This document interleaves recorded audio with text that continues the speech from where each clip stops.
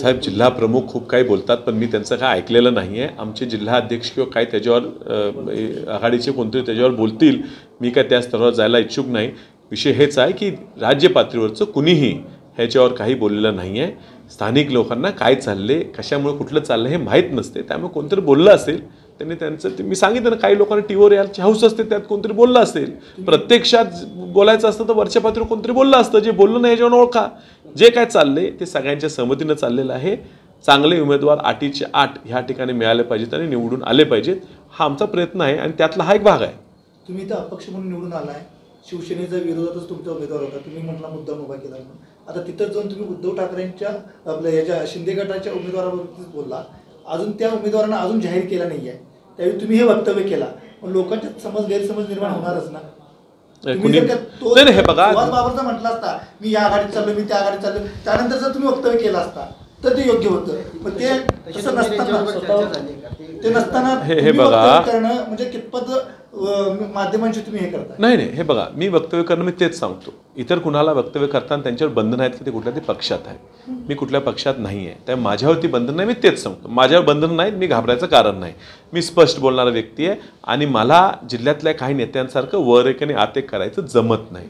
त्यामुळे मी स्पष्ट बोलतो. मी तेच सांगितलं, माझी इच्छा मी दाखवली की मला चांगला उमेदवार ह्या ठिकाणी आला पाहिजे आणि सुहास बाबर तुम्ही आमच्याकडे यावं, तुम्ही निवडून याल, तुम्हाला चांगले मतदान मिळावं, तुम्ही आमच्या पक्षातनं की आमच्या आघाडीतनं लढावं. मी पक्ष पण म्हटलं, मी आघाडी आमच्याकडून लढावं, आमच्या आघाडीतनं लढावं. कुठनं लढावं हा निर्णय त्यांचा आहे.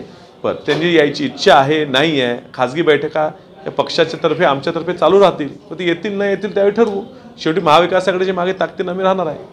तुमची तशी त्यांची काही चर्चा सुरू आहे का? म्हणजे असली तरी तुम्हाला लगेच सांगणार नाही, पण प्रयत्न सगळा प्रत्येक स्तरावर चालू असणार. विशाल पाटलांनी काल माझ्यावर आरोप केले की प्रसिद्धीसाठी पूर्ण माहिती न घेता आम्ही त्या ठिकाणी स्टेटमेंट करतो आहे. उद्धव साहेबांच्या आणि संजय राऊतांच्या बैठकीमध्ये मी सांगली जिल्ह्यातला प्रश्न सोडवून घेतलेला आहे असं त्यांचं म्हणणं होतं.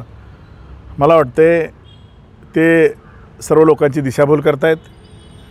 दिल्लीमधल्या बैठकीत काय घडलं काय नाही घडलं ते सगळं आम्हाला माहिती आहे. सांगली जिल्ह्यातल्या कुठल्याही जागेवर कोणतीही चर्चा दिल्लीतल्या बैठकीत झालेली नाही माझ्या माहितीप्रमाणे.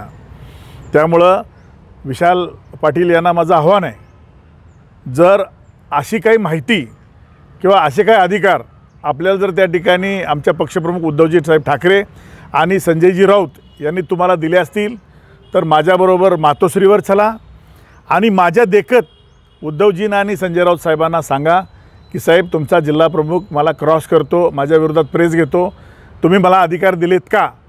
साहेबांनी जर सांगितलं हो आम्ही विशाल पाटलांना हे चर्चा करण्याचे अधिकार दिलेले आहेत, मी मातोश्रीवरच माझ्या उद्धवजींच्या चरणी माझा राजीनामा ठेवून मी राजकारणातनं संन्यास घ्यायला तयार आहे. परंतु विशाल पाटलांनी खोटं बोलून जनतेमध्ये दिशाभूल करण्याचा प्रयत्न करू नये. आटपाडीमध्ये त्यांनी केलेलं वक्तव्य हे जाणीवपूर्वक केलं होतं आणि ते खरं होतं. म्हणजे मिंदे गटाच्या लोकांनी खरं तर याच्यामध्ये मिंदे गटाचा काही संबंध नाही. सहानुभूती जी उद्धव साहेबांच्यावर जयंत पाटलांच्यावर टीका करून जी त्यांनी त्या ठिकाणी मिळवण्याचा प्रयत्न केला होता ती जनतेनं त्यांना सहकार्य करण्याची भूमिका घेतली होती. त्यात कुठल्याही पक्षानं माणसं अडवली तर अडत नव्हती, ही वस्तुस्थिती होती. आणि म्हणून माझा पैरा फेडण्याची भूमिका आहे, माझी मदत करण्याची भूमिका आहे. मी प्रश्न सोडवून घेतला आहे, मी कुणाचं ऐकणार नाही, मी अपक्ष आहे. एकदा म्हणायचं मी अपक्ष आहे, मी कुणाला भीत नाही, आणि एकदा म्हणायचं मी महाविकास आघाडीचा घटक आहे. महाविकास आघाडीत उद्धवजी माझे नेते आहेत, राहुलजी माझे नेते आहेत, शरद पवारजी माझे नेते आहेत. मला वाटते महाविकास आघाडीला हे खासदार घातक आहेत. स्वतःच्या पर्यायानं शोधणारे खासदार असे महाविकास आघाडीचे घटक होऊ शकत नाहीत. तुम्ही म्हणला तर मी अपक्ष, तुम्ही म्हणला तर मी महाविकास आघाडीचा, म्हणजे सोयीची भूमिका घेणारा खासदार नसावा. माझी काँग्रेसच्या वरिष्ठ नेत्यांना विनंती आहे, माझ्या पुढं खरं तर भीती दुसरीच आहे. सांगली जिल्ह्यामध्ये लोकसभा झाल्यापासून त्यांचं एकच स्टेटमेंट आहे, विश्वजित कदम साहेबांना मला मुख्यमंत्री करायचं आहे, विश्वजित कदम साहेबांना मला मुख्यमंत्री करायचं आहे, विश्वजित कदम साहेबांना मला मुख्यमंत्री करायचं आहे. म्हणजे ज्या पद्धतीनं भारतीय जनता पार्टीमध्ये पंकजाताई, तावडे साहेब, खडसे साहेब यांनी मुख्यमंत्रीपदाची स्वप्न पाहिली आणि त्यांना राजकारणातनं कायमचं जसं बाद केलं, तशी तर चाल विशाल पाटील यांची नाही ना. की विश्वजित कदम यांना मुख्यमंत्री म्हणून राजकारणातनं बाद करायचं तर त्यांची भूमिका नाही ना, हा माझ्यापुढं पडलेला प्रश्न आहे.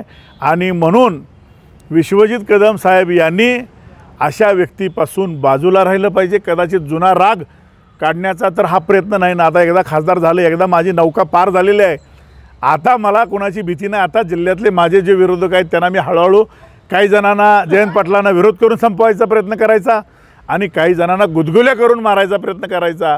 विश्वजित कदमांना कदाचित ते गुदगुल्या करून राजकारणातनं संपवायचा तर प्रयत्न करत नाहीत ना, हा माझ्यापुढं पडलेला प्रश्न आहे.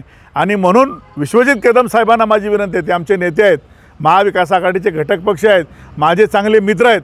माझी त्यांना विनंती आहे की तुम्ही एकदा गपचूप दोघं बसा आणि त्यांच्या मनात काय जाणून घ्या आणि तुमची काँग्रेसची महाविकास आघाडीबद्दलची भूमिका तुम्ही स्वतः त्या ठिकाणी जाहीर करावी. दिल्लीच्या बैठकीत काय घडले, कारण सुहास बाबर यांना ऑफर द्यायला यांना अधिकार दिला कुणी?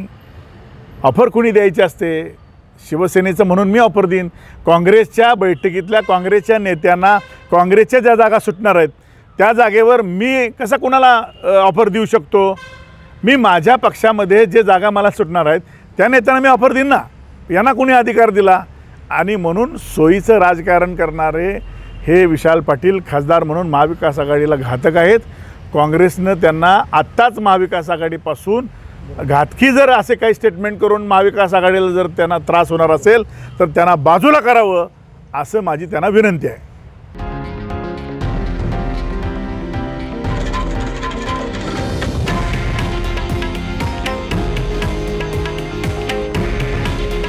हे आहे देशातील नंबर 1 न्यूज नेटवर्क आणि आपण पाहत आहात TV9 मराठी. काळजी तुमची, हित महाराष्ट्राचं.